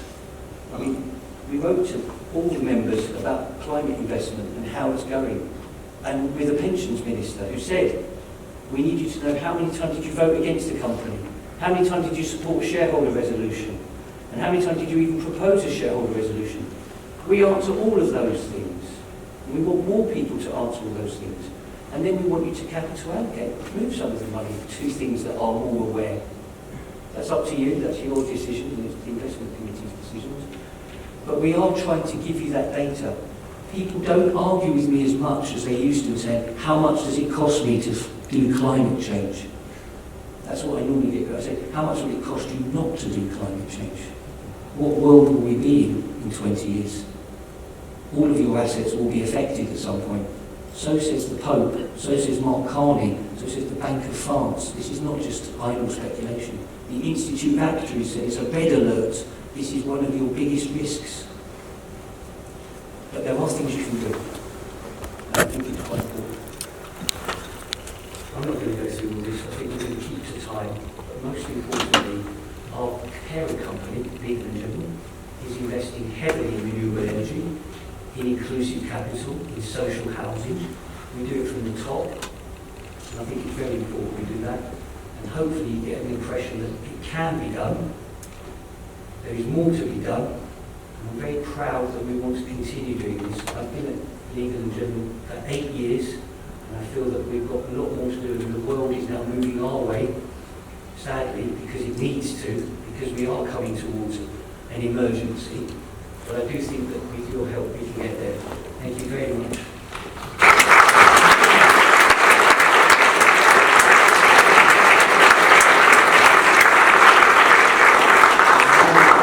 Councillor Billings, thank you. Thank you. Well, I'm sure you'll all agree we've had a really interesting series of presentations, both from our officers and from our guests today. We'll now move on to questions, and just looking at BlackRock. Is it the other way? Yes, now this is, you probably heard right at the very beginning of my presentation, this is the statement that we received from BlackRock, which I'll leave on the screen for us. I'd now like to open the proceedings to questions. We've got approximately 15 minutes in total. I want to wind up proceedings at 1 o'clock, but officers and our guests will be available after if you've got any particular individual questions. There is a roving mic going around, and if you could please indicate that you would like to ask a question, the mic will come to you, and then I will ask the panel to respond. So, first question, yes, madam, and the mic's on its way. Hi, I'd just like to know how we can divest from BlackRock, Shell and BP. They are giants in kind of the destruction of the earth, and we don't want to be part of that. So how quickly can we get out? Okay, who would like to Talk about competitors, that wouldn't be fair. We couldn't possibly talk about other competitors, that's for you and your members of the investment committee and everyone else to talk about. I think one of the things that I'm really focused on, and our future world fund range do divest from the world funds, including ExxonMobil, as I've mentioned. But if we're going to change this, we have to make those companies change as well. Because first of all, we need energy for the next 20 years, and we have, even with legal and general, everyone investing in renewable energy, we need energy. Now, there's difference between coal, oil and gas, there's very differences. But two, we need to make sure that we improve those companies. So a good example would be trying to get Shell, which again was mentioned in the previous presentation, to do more. And then if we can do that, if they don't do that, then we should push them, vote against, and think about that. But I do think at the moment, fiduciary duty, with the amount of money and the dividend payment abilities of these companies, it has to be your fiduciary duty to see what you can do and how much risk that you want to take. There are many products that can do many things, but I think it's important that you work that out. While I'm in the tent, while my team is in the tent with companies, I can assure you they would rather that we left that tent. That's fine, we could leave if all our members ask us to leave the tent. But will you get another member to make sure that company, which is still a massive polluter, as you just discussed, push them to stop being such a polluter? And that is the real debate that we're having, everyone's having at the moment. And I think there are companies that are doing a much better job. They need to move faster, as I said. But I think it's very important that some people stay and fight for your rights as well as just divest. Thank you. Next question, please. Yeah, I'll come to that in just a second. Let's have this question to the gentleman first, then I'll come to you, Mike, in a second. Yeah, just to follow on from the previous comments there. I mean, can we make it transparent to all employees what the asset investment is at the moment? I assume that is part of the annual report. So specifically going back to BlackRock again, the understanding is that they're involved with bad agricultural practices in the Amazon rainforest, and the fossil fuels investments that have been said as well. So, I mean, we're on track at the moment for 3 to 5 degrees warming by by 2100, and 2050 target net zero was mentioned. So that obviously needs to be brought forward based on the IPCC recent all the scientific evidence that everyone's aware of now. So what specific investments are being made in the renewable energy sector and electric vehicles and good agricultural practices, and how are you going to make that clear to the employees of Shropshire Council? Okay, well I can possibly chip in to begin with by saying that BlackRock don't actually manage any of our equity portfolio. Roughly 140 million is in absolute return bonds, so we're talking about treasury bills and gilt-edged stock. The other 120 million that they manage for is in a fund of hedge funds, so no direct.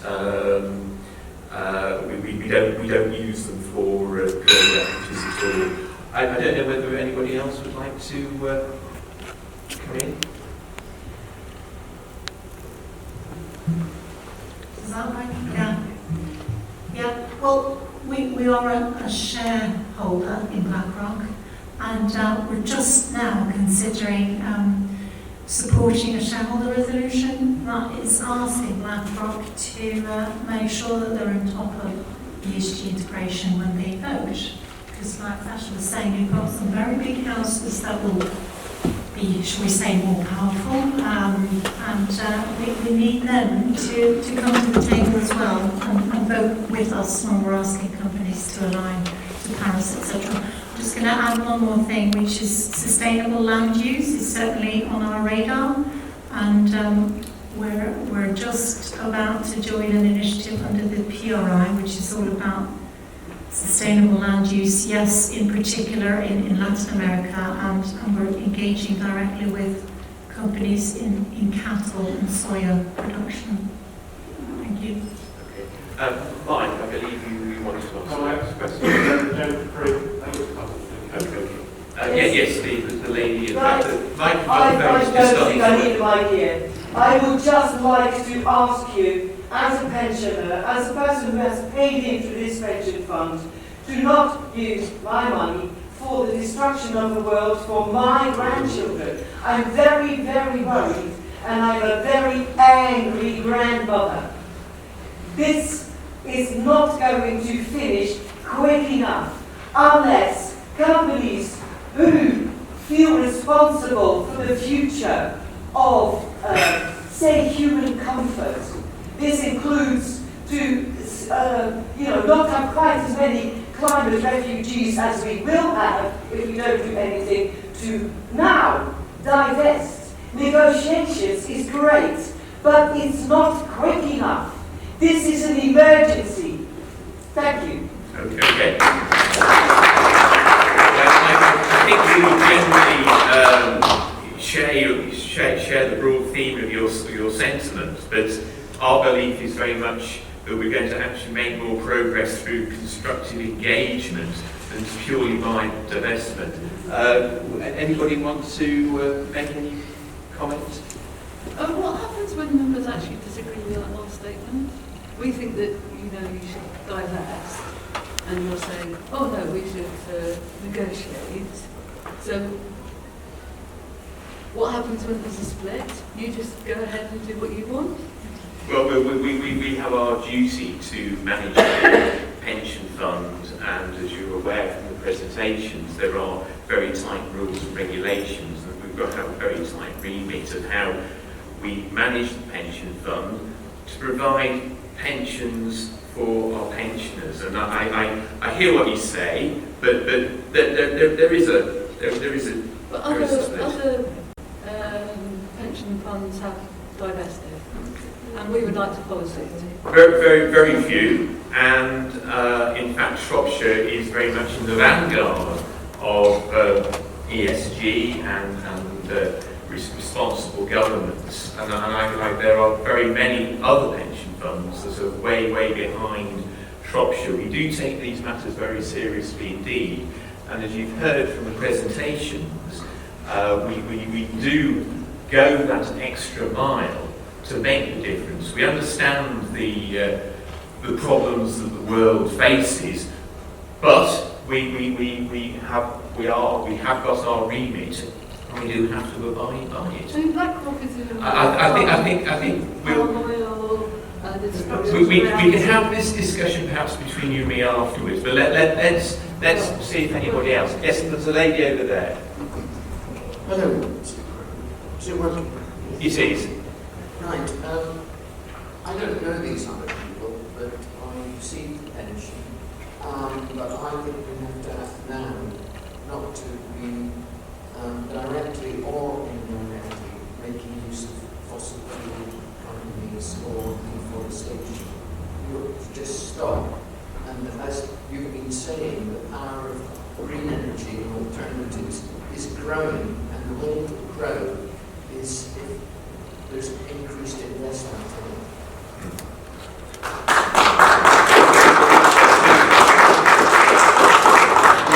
Energy and what we're actually doing. I hope it doesn't come across as tone deaf, but we do think that we can make a big difference by being at the table, being able to vote, being able to engage. And as I said earlier, that yes, the fossil fuel companies, the suppliers, we're engaging them, but we're also engaging the demand side, which I think actually the demand side is 80% of total emissions globally.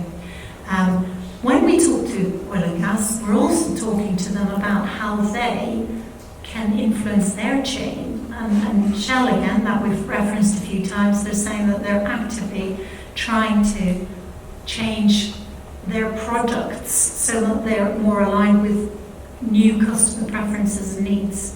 So we think that in that that point, Please let our presenter finish. Yeah. No. So just to stress that there is a risk that, yes, we're a minority shareholder. It will be 0 point something that we own in most companies.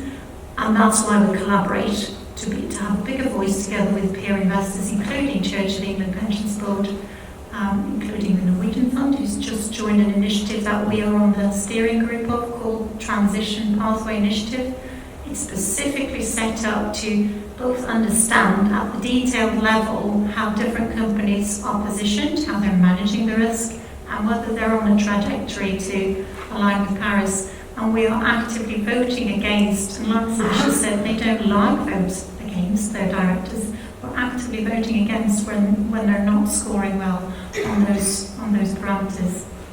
I'll just add one thing to what other clients. I see these discussions, and as I said at the beginning, I'm absolutely delighted that this is coming much higher on the agenda, because 2 years ago I didn't get this as much, and we were pushing.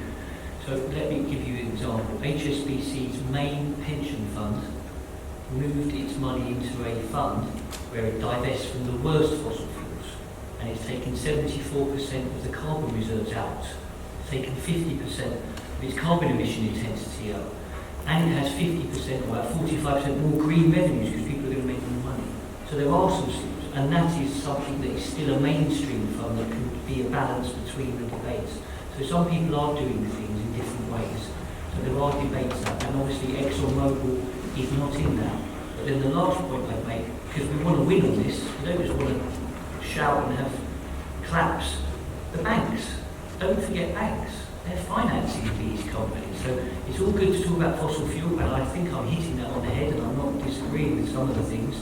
But we need to push them, but we also need to push the banks who are funding this. So don't just think that it's that only, and I can assure you there are some banks I mentioned who are, but there are other banks who aren't doing this. So don't leave them alone either. Okay, thank you. Just time for 2 last questions. This gentleman here, and then the gentleman with his hand up. We're actually talking at different levels here, and as an employee of Shropshire Council, it's like how do the active members actually make their views known? You've got the investment managers, but there's that disconnect between what the investment managers are doing. How do you actually make sure people are saying we want this to happen, we want that to happen? It's about getting that message through to the pensions committee and saying, look, the majority of active members think this or that, and actually then instruct your investment managers. And we have a fantastic, be very impressed with those investment managers. It's about saying, yes, we agree with what we're doing, we want you to do X, Y, and Z, and it's how does that happen? Sure.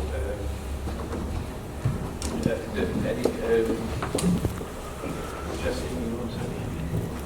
We actually have an employee rep on the pensions committee, so he feeds back all these views. I think Debbie and myself mentioned in our presentations, we've got almost 50,000 members. So if you took the views of every single pension member that pays into that fund, you're all going to have different views about various different things. Climate risk is one of the main things at the moment. It's in the media that you wouldn't end up investing in anything. So everybody's got different views about various different topics. We've had tobacco exclusions in the past. We haven't invested in tobacco companies.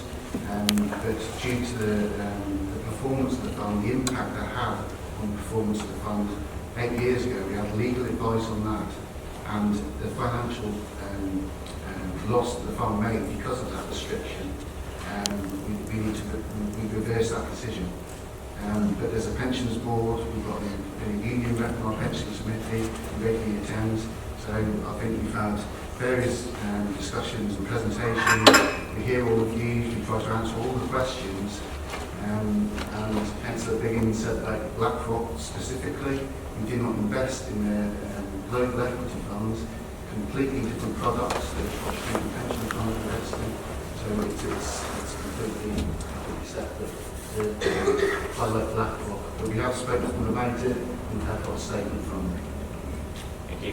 Final question from the gentleman with the microphone.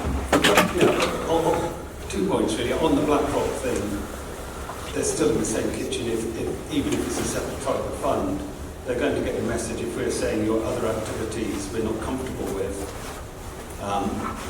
we would like to remove our money from you if you don't decide to have other activities.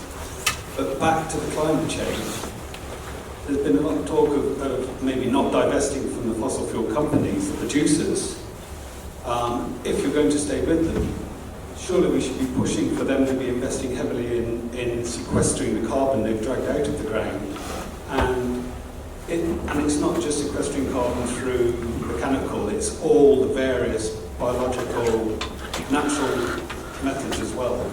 Are our investments going to be used to push those companies, if we're not pulling from them, to put some real money into sequestration?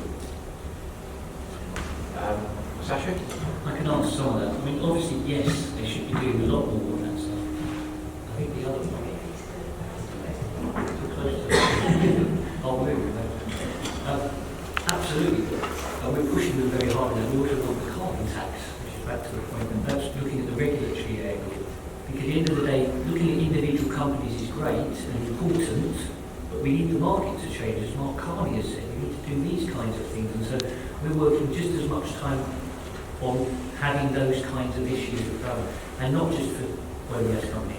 You want to know, and including my own company now, the PRA, the Prudential Regulatory Authority, is now asking insurance companies and banks, how are you going to manage this climate change?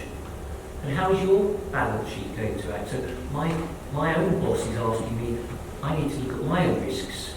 So it's absolutely, we all need to be doing in this area. And I think the only reason I try and bring it to other areas is like the food area. I mean, I've got 3 companies that we've divested, voting against and stuff like that, because that deforestation, they're the lungs of the planet. They're just as important as some of the other things, and they don't get the attention, or they get away with things more than the other parts of it. I'm afraid we are closed now for questions, but I think it's fair to say that we've listened very carefully to the comments and concerns that have been made today. We will be available for a few minutes afterwards if anybody else wishes to have a word. And I noticed 1 or 2 people have already disappeared, so I think it is right that I bring the meeting to a close. So I declare this 26th AGM of the Shropshire County Pension Fund now closed. Thank you all very much indeed for attending.